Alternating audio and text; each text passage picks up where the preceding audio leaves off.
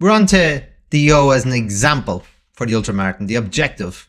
Why did I choose an ultramarathon? To answer that question, I need to take it back a little bit, a number of years, in fact. About 13 years ago, a good friend of mine lost her mother to cancer. And very sad. And the last days of her life were spent with a hospice, an NGO here in Ireland. And my friend could not talk more highly of this hospice. And it really resonated and touched me. And I said I wanted to do something to raise money for them because it touched me that much. So I decided to get into a boxing ring. I've never fought before. I got into the boxing ring with a club fighter 10 years my junior. And I thought, do something crazy that could really create a bit of a stir and raise a lot of money. And I did. And I trained like an amateur for 6 months. And I did well. I didn't lose. So it was a great experience. It was very challenging, very tough. I learned a lot. But the outcome was amazing that we raised a good lot of money for charity. Moving on a little bit. I lost my mother to cancer about 6.5 years ago. And she was from the west of Ireland. And it was the same hospice that were amazing to my mother. Amazing. Touched us all, overwhelmed us all how amazing these people were. And I always felt it was good karma coming back to me for what I did before. And so I said I want to do something more to raise money for them. My mum was from the west of Ireland. She never got to go home when she got sick, and it was a regret of hers because her heart was in Galway, where she was from.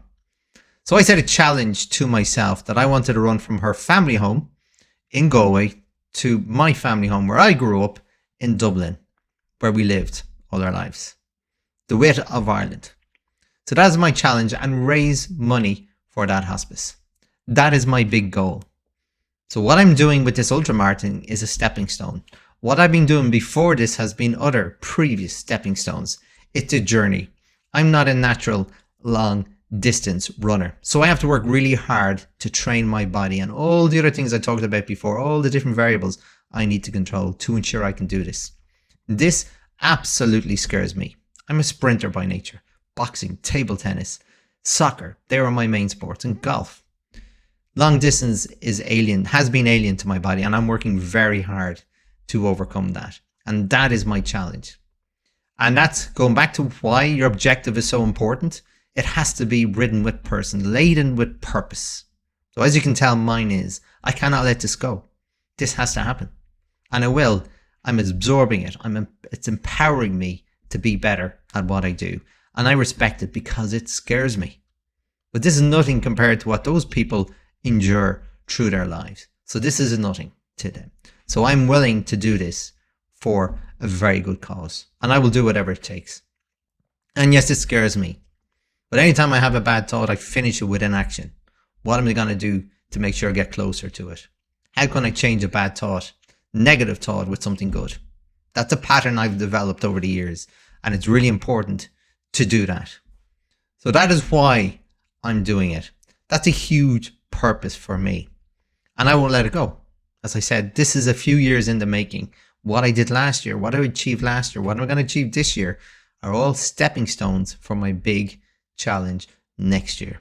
And that is the importance of purpose when it comes, because I can't let it go. Like, this is 3 years. It's not even a yearly challenge. This is 3 years in the making.